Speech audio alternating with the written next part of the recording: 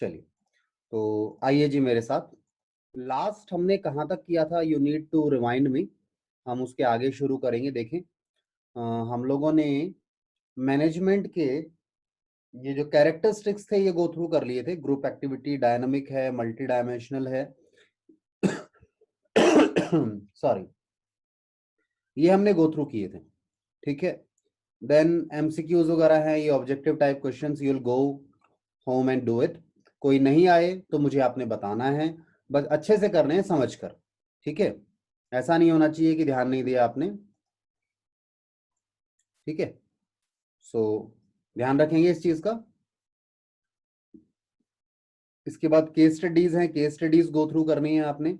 कोई case study समझ में नहीं आई है तो भी बता सकते हैं मुझे, हम उन्हें डिस्कस करेंगे आपके साथ। ठीक है, then we are coming to the second part, objectives. Objectives हमने डिस्कस कर स्टार्ट कर दिए थे आपके साथ, आई बिलीव। मैंने कहा था 3 तरह के ऑब्जेक्टिव्स हैं, ऑर्गेनाइजेशनल ऑब्जेक्टिव्स हैं, सोशल ऑब्जेक्टिव्स हैं और इंडिविजुअल ऑब्जेक्टिव्स हैं। ठीक है, ऑर्गेनाइजेशनल, सोशल और इंडिविजुअल ऑब्जेक्टिव्स की बात कर रहे थे हम। और यहाँ पर ऑर्गेनाइजेशनल ऑब्जेक्टिव्स मैंने आपको बताए थे, ठीक है, कि सबसे पहले तो सर्वाइवल बहुत जरूरी है। पहले सर्वाइवल के बारे में सोचता है business, this is the main objective of business. Once we are able to survive in the competitive environment, तो हम क्या सोचते हैं जी, हम प्रॉफिटेबिलिटी के बारे में बात करते हैं। हम प्रॉफिटेबिलिटी की बात करते हैं, और जैसे ही आप प्रॉफिट अर्न करना शुरू करते हैं, you plan for growth and expansion. जब आपका ऑब्जेक्टिव क्या हो जाता है कि अब हमें आगे बढ़ना है, बिजनेस को ग्रो करना है। ठीक है, so these are the 3 organisational objectives जो हमने आपके साथ डिस्कस किए थे। उसके बाद सोशल ऑब्जेक्टिव्स भी we had covered in the last class, I believe. Social objectives हमने गो थ्रू किए थे कि जो सोसाइटी के लिए बिजनेस को करना है, ठीक है, and it take it as an objective because indirectly it is helping the business to create its market, to create a good image in front of people. लोगों के सामने उसकी एक अच्छी इमेज बने, जिसके लिए वो क्या सर करता है। क्लियर नहीं आ रही। आवाज सही नहीं है? ठीक है, 1 मिनट में आवाज सही करता हूँ। अभी 1 मिनट रुको, 1 सेकंड दो बस। हाँ, अब आवाज ठीक है, आई बिलीव ठीक है। चलिए, क्या करें जी, बच्चे सब करवा देते हैं। और वेटिंग रूम इनेबल करना है, ठीक है, मैंने कर दिया। ठीक है, थैंक यू। अब आवाज ठीक है ना बाकी लोगों के पास? तो बताइए। Yes sir. ठीक है, चलिए, वो आवाज गड़बड़ हो रही थी, मैंने आवाज खराब हटा दी वहां से। ठीक है, क्या करें, चलिए। ठीक है, तो मैं आगे लेके चलता हूं आपको। सोशल ऑब्जेक्टिव्स किए थे, then we went for the personal objectives. मैंने कहा था पर्सनल ऑब्जेक्टिव, जो आपके एम्प्लॉइज हैं, जो आपका स्टाफ है, उनका ध्यान रखना, उनकी जरूरतों को पूरा करना भी एक ऑब्जेक्टिव है ऑर्गेनाइजेशन का। क्योंकि ऑर्गेनाइजेशन के लिए जो एम्प्लॉइज हैं, स्टाफ हैं, उनके जो ह्यूमन रिसोर्सेज हैं, most valuable, most critical resource है।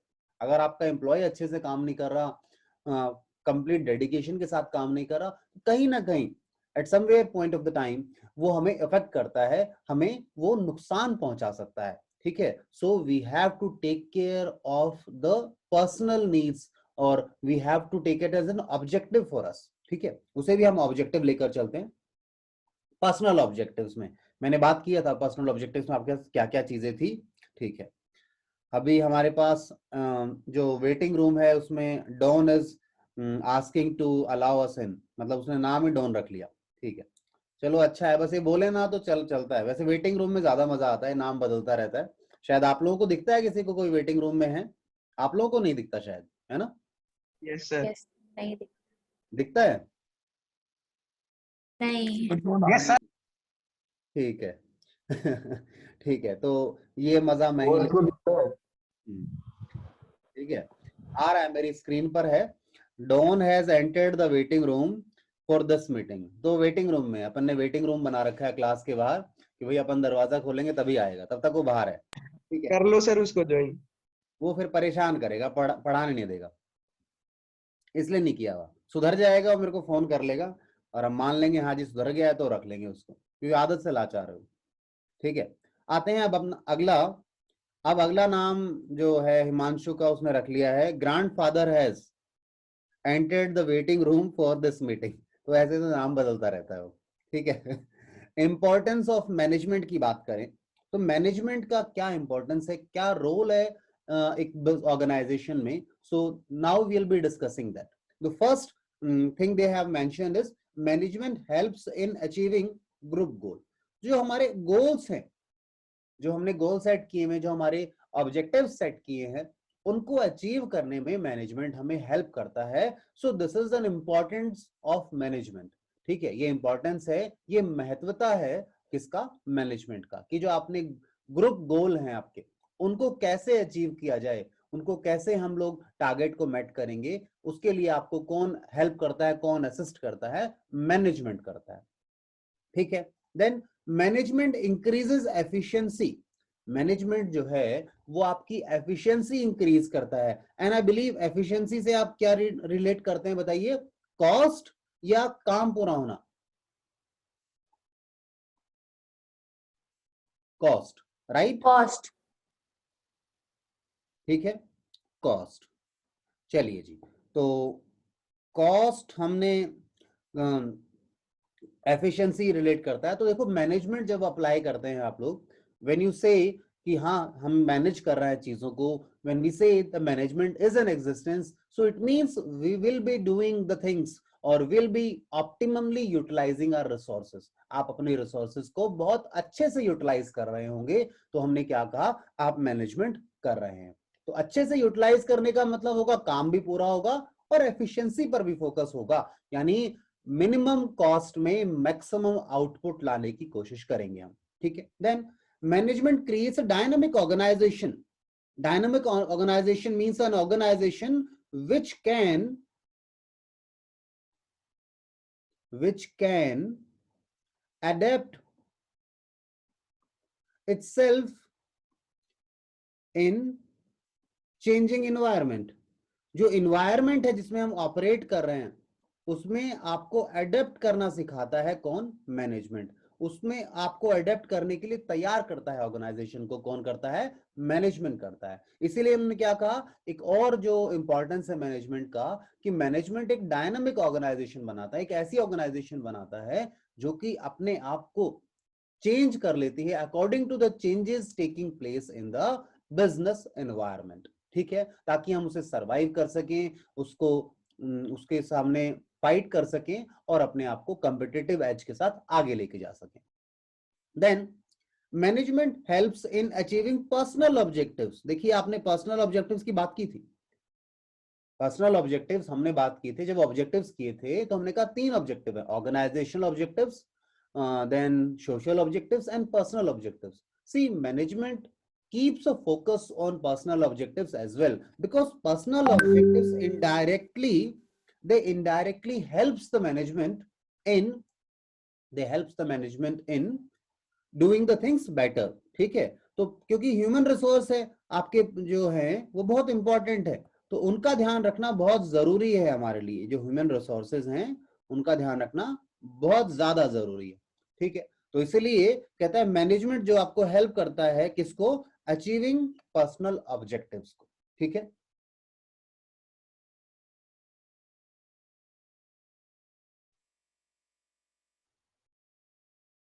एक मिनट देंगे बेटा मुझे.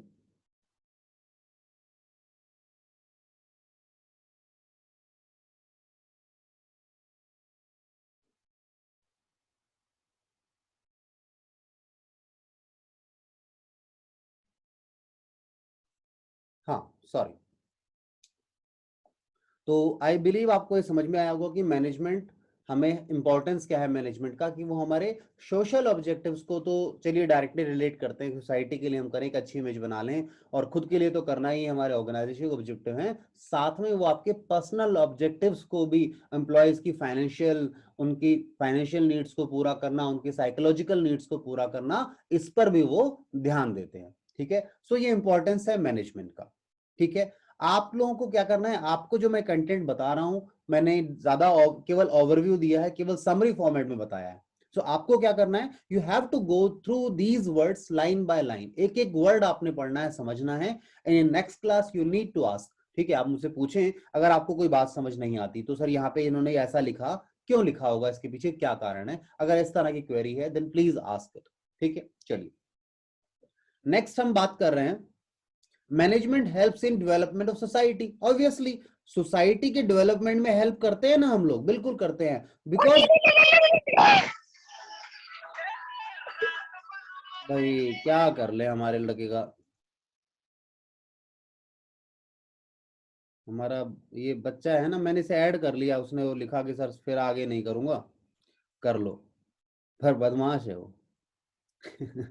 ठीक है, चलो, ऐसा भी होना चाहिए थोड़ा कॉमेडियन। इसको आगे अब आ जाइए क्लास में, नालायक कि मैं ठुकाई पिटाई कर दूंगा। हाँ, अब वो खुद चला गया छोड़कर ग्रुप। एंटरटेनमेंट होना चाहिए। हैं, क्या होना चाहिए? एंटरटेनमेंट होना चाहिए सर। एंटरटेनमेंट तो होना चाहिए, पर ऐसे लगे बीच में कोई चल के भग गया तो अच्छा थोड़ा लगता है। सर विजेता मैम स्कूल क्यों छोड़ रही हैं? बेटा अभी मुझे इसके बारे में कोई इन्फॉर्मेशन नहीं है, कुछ हाई डिस्कशन, स्कूल छोड़ दिया। चलो उस पर बाद में बात कर लें, अपन अभी पढ़ लें, अलग से बात सर कर लें। आप झूठ बोलने लग गए सर।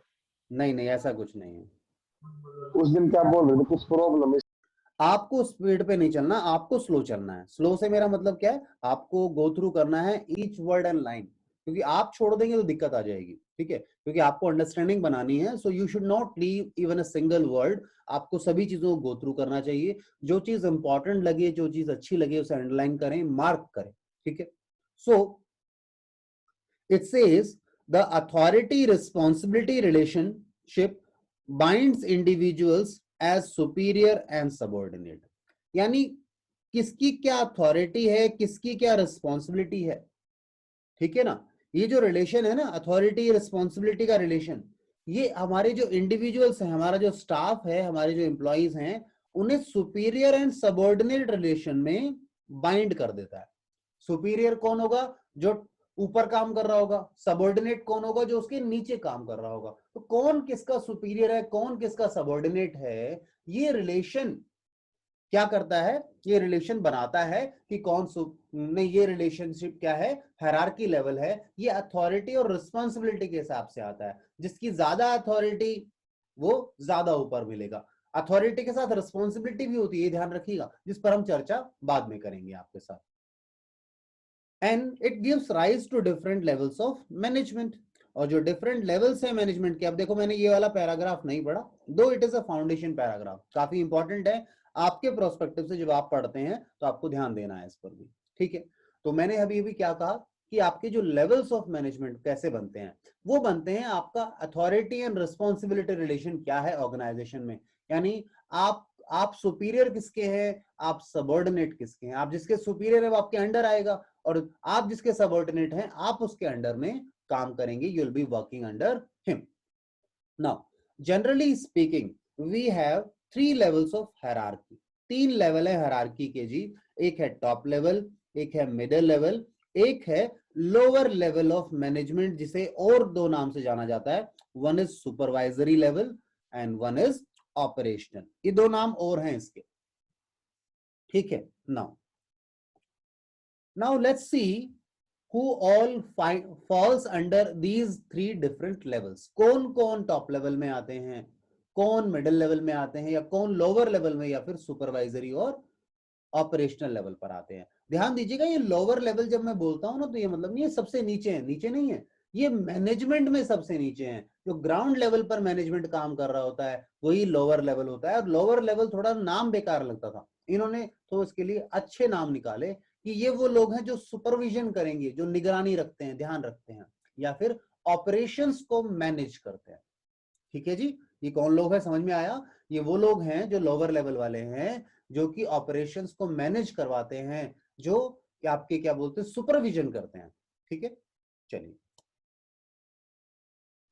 नाउ टॉप लेवल की बात करें तो टॉप लेवल में कौन कौन आता है। इन्होंने कहा टॉप लेवल जो है वो कंसिस्ट करता है किनसे, सीनियर मोस्ट, जो सबसे सीनियर एग्जीक्यूटिव्स हैं ऑर्गेनाइजेशन के, सबसे सीनियर जो एम्प्लॉइज कह लीजिए, जो डायरेक्टर्स अगर आते हैं, बोर्ड ऑफ डायरेक्टर्स हैं, वो लोग आते हैं जो सीनियर मोस्ट एग्जीक्यूटिव्स हैं, जो फाइनल डिसाइड करते हैं क्या करना है या नहीं करना।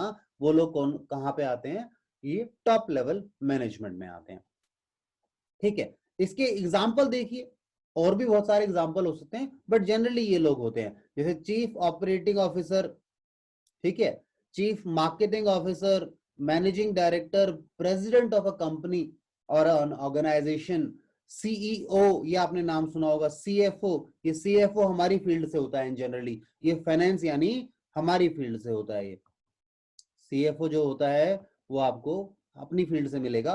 चेयरमैन, वाइस प्रेसिडेंट, ठीक है, तो प्रेसिडेंट के अंडर में वाइस प्रेसिडेंट आ जाता है, चेयरमैन कह लीजिए, ठीक है, या मैनेजिंग डायरेक्टर कह लीजिए। पोस्ट अलग अलग ऑर्गेनाइजेशन में अलग अलग नाम से हो सकती हैं पोस्टेज, बट इसी तरीके से होती हैं ये, ठीक है, नाम थोड़ा बहुत इधर उधर हो जाए बट यही पोस्ट होती है, ठीक है ना। अब ये जो आपका टॉप लेवल है, इनका काम क्या है, इनके क्या क्या फंक्शंस हैं ऑर्गेनाइजेशन में, आइए उन्हें समझें। तो आप एक बार रीड कीजिए इन सभी फंक्शंस को और मुझे बताइए कौन से वाला फंक्शन मैं समझाऊं, ठीक है, प्लीज पढ़िए।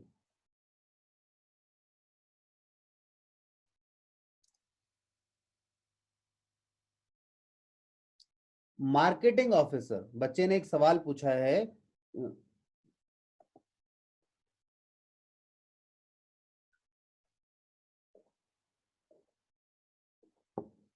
बच्चे का क्वेश्चन है एक का कि सर ये मार्केटिंग ऑफिसर क्या होता है, ठीक है ना। तो मार्केटिंग ऑफिसर बेटा ये केवल मार्केटिंग ऑफिसर नहीं है, ये चीफ मार्केटिंग ऑफिसर है, यानी जो मेन स्ट्रेटेजिस्ट होगा आपका, मार्केटिंग क्या स्ट्रेटेजी होंगी आपकी, हमारे पास आगे चल के मार्केटिंग के ऊपर एक चैप्टर है, ठीक है।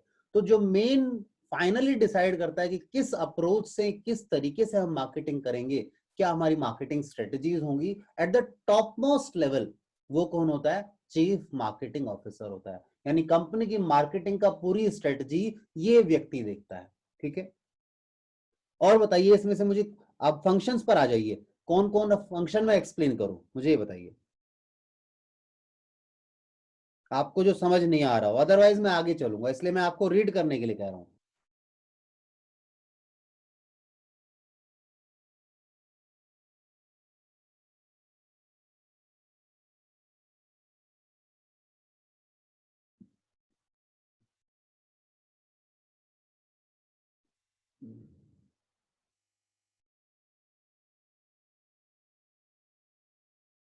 ठीक है, विशाल का तो मैसेज आया है मुझे कि उसको पॉइंट्स क्लियर हैं, ये समझ में आए हैं सारे, फिर भी मैं भी देख लेता हूँ, कोई और बच्चा तो बता नहीं रहा है। इंटीग्रेट करते हैं, सर्वाइवल है, एनालिसिस है, ठीक है, फॉर्मुलेशन ऑफ ओवरऑल हो गया, ठीक है, responsible for all the activities, ठीक है। चलिए, तो किसी ने पूछा नहीं, मुझे लगता भी नहीं ये पॉइंट कोई भी ऐसा है जो कि आपको समझ में ना आए, बट फिर भी हो सकता है किसी को नहीं आया हो, तो मैंने उनसे पूछा था, मुझे आप बताइए, ठीक है। चलिए आइए जी, तो अब इसके बाद आगे चलना है हम लोगों को।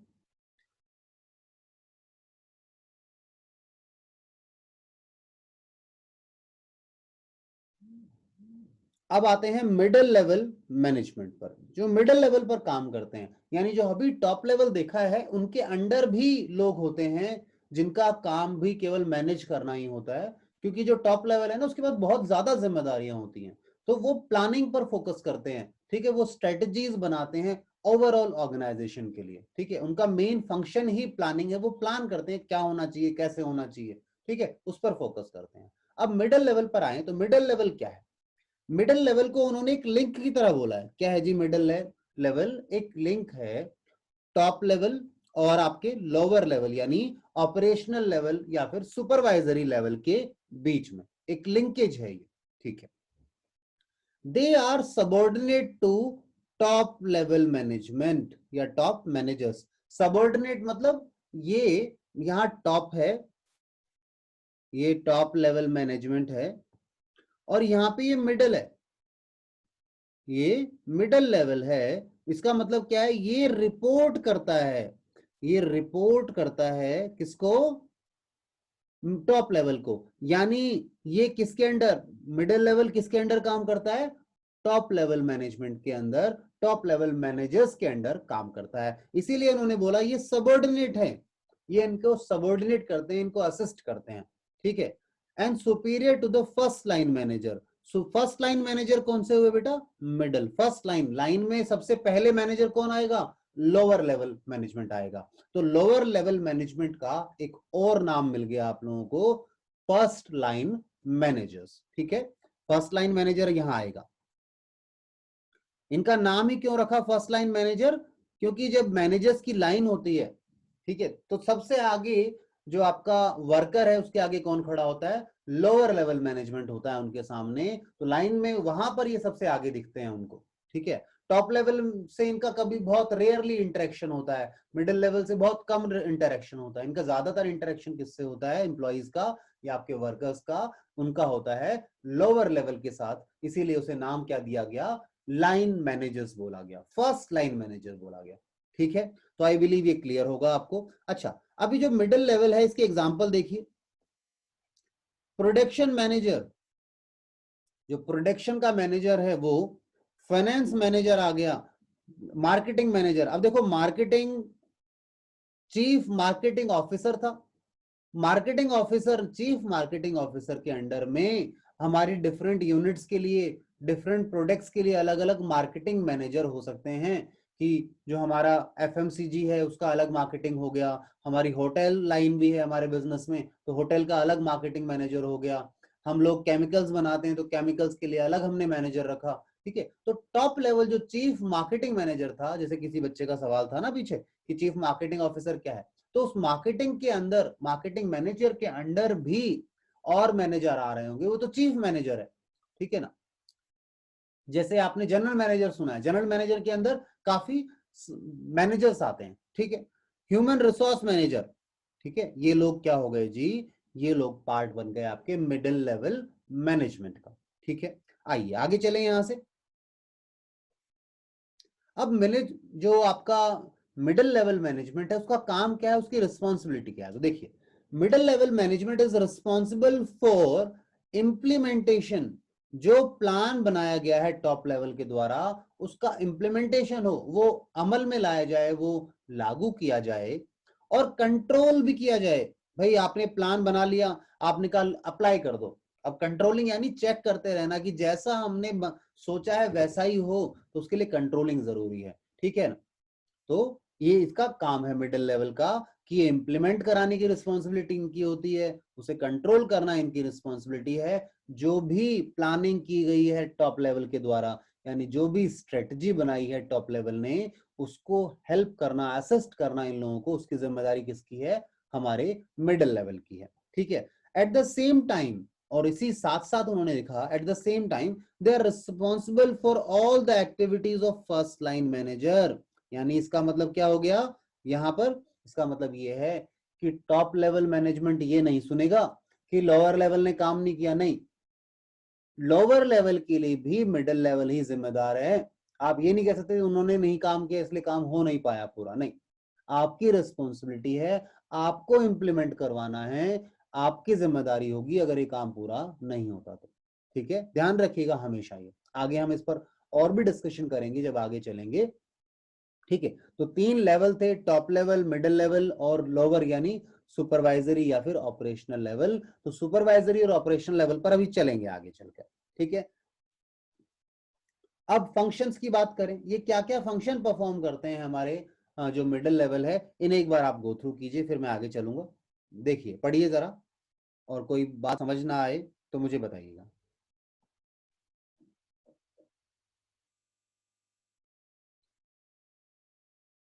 पढ़िए जी,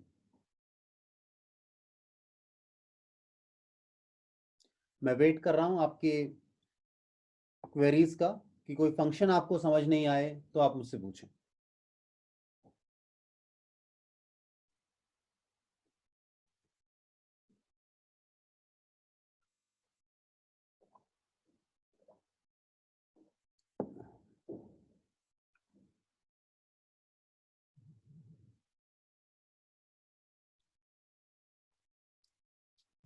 जल्दी से पढ़िए सभी बच्चे, मैं देख रहा हूं कौन कौन पार्टिसिपेंट हैं। पर्सनल, पर्सनल का मतलब क्या होता है बेटा? पर्सनल यानी आपके एम्प्लॉइज। कहां पर है ये पर्सनल वर्ड?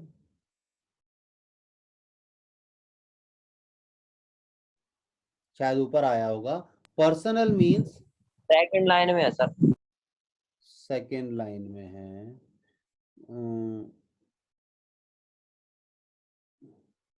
अच्छा ऊपर होगा फिर ये, मैं एक मिनट ऊपर देखता हूँ थोड़ा सा। ऊपर सा सेकंड पॉइंट है ना यहाँ पे, देयर मैन The PERSONNEL. हाँ अच्छा ये रहा, नेसेसरी पर्सनल मींस स्टाफ या फिर आपके एम्प्लॉइज। पर्सनल ये वर्ड पहले भी शायद हमने बोला है, ठीक है ना। स्टाफ के लिए यूज होता है, क्या कहता है, ensure that there department has necessary personal, उनके डिपार्टमेंट में, ठीक है ना, जो जरूरी स्टाफ उनको चाहिए वो उपलब्ध हो इनको, ठीक है ना, जो भी स्टाफ उनको चाहिए वो इनको उपलब्ध हो, इसकी जिम्मेदारी लेते हैं, ठीक है।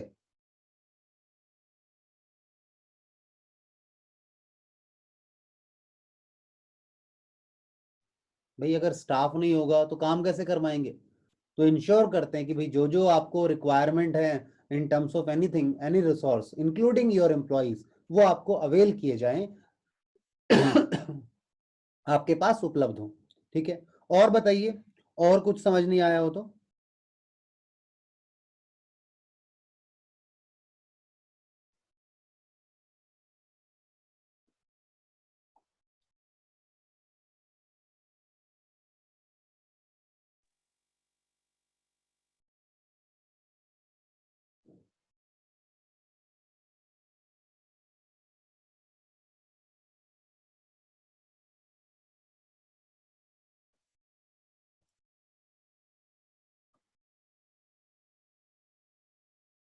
ठीक है, तो अब आगे चल सकता हूं मैं।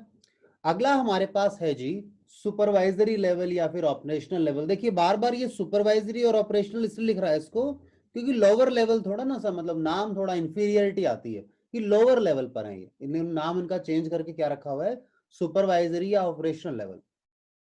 बट ध्यान रखिएगा इनके और भी नाम है, जैसे मैंने बोला लोअर लेवल, या फिर एक और नाम भी दिया था मैंने, बताओ कोई याद दिलाएगा मुझे।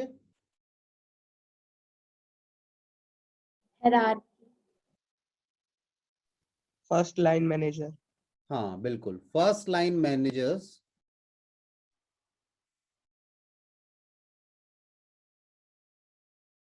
तो ये आपने ध्यान रखना है क्योंकि केस स्टडी वगैरह में इस तरह की टर्म यूज कर सकता है वो, ठीक है। तो जो सुपरवाइजरी लेवल है यानी जो ऑपरेशनल लेवल है, इसमें कौन आते हैं, देखिए इसके अंदर आपके पास आते हैं जी फॉरमैन। फॉरमैन जो होता है कंपनीज के अंदर होता है, फॉरमैन बोल दीजिए, सुपरवाइजर बोल दीजिए, ठीक है ना।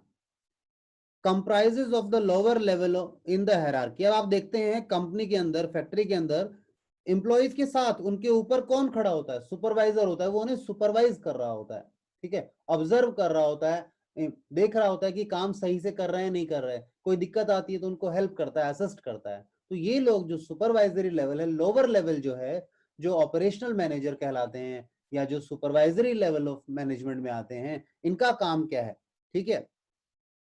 Their authority and responsibility is limited according to the plan drawn by the top management. तो इनकी कितनी रिस्पॉन्सिबिलिटी होगी, कितनी अथॉरिटी होगी, ये डिपेंड करता है कि टॉप मैनेजमेंट ने इनको क्या क्या अथॉरिटी दी है और क्या क्या रिस्पॉन्सिबिलिटी दी है। एक बैलेंस बनाकर रखा जाता है कि जी तो रिस्पॉन्सिबिलिटी है तो साथ में थोड़ी अथॉरिटी भी दी जाएगी, नहीं तो काम कैसे पूरा करवाएगा वो। मानो आपके पास एक सुपरवाइजर है और उसको आपने बोला हो सारे प्रोडक्शन जो आपकी इतना डेली टारगेट प्रोड्यूस होना चाहिए आपके एम्प्लॉइज से करवाना है, ठीक है।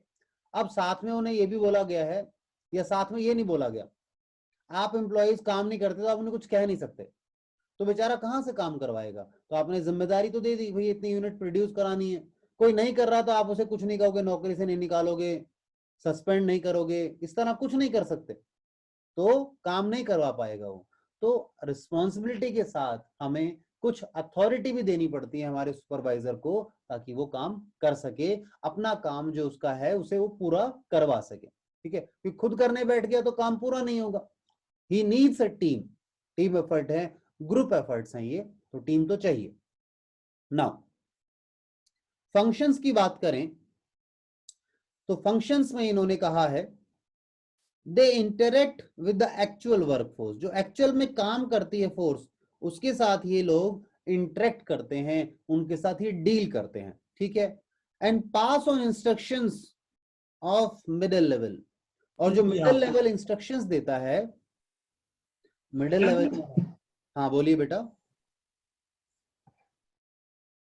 कोई कुछ कह रहा है क्या?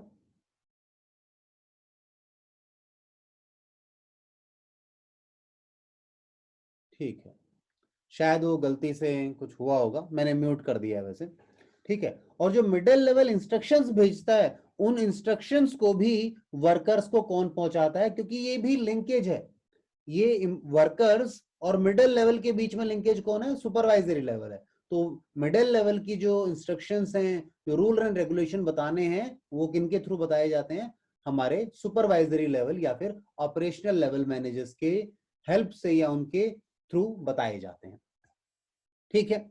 Supervisors directly oversee the efforts, ये डायरेक्टली ओवरसी करते हैं, सीधे देखते हैं कौन कितने एफर्ट लगा रहा है, कौन काम सही से कर रहा है, कौन काम सही से नहीं कर रहा, ये रिस्पॉन्सिबिलिटी इनकी है, ठीक है।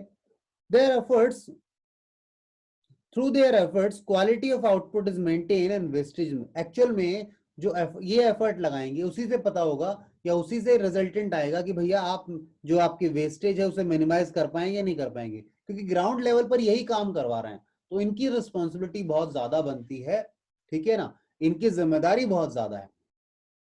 दे इंश्योर सेफ्टी स्टैंडर्ड, जो सेफ्टी स्टैंडर्ड हैं, जो प्रॉपर सेफ्टी मेजर्स लिए जाने चाहिए, क्या वो ग्राउंड लेवल पर वो सेफ्टी मेजर्स लिए जा रहे हैं या नहीं लिए जा रहे, इसका भी ध्यान कौन रखता है, इसका ध्यान भी हमारा, बताइए कौन रखता है, सुपरवाइजरी लेवल रखता है, ठीक है। Now the quality of workmanship and the quality of output depend upon the hard work, discipline and loyalty of the workers, ये नॉर्मल बात है, ये मेरे ख्याल से ऐसा कुछ नहीं है जो कि बात करे, कहता है कि क्वालिटी किस पर डिपेंड करेगा वर्कमैनशिप की, या क्वालिटी ऑफ आउटपुट किस पर डिपेंड करेगा, तो डिपेंड किस पर करेगा, आप कितने अच्छे से मेहनत से डिसिप्लिन के साथ ईमानदारी से काम कर रहे हैं, इस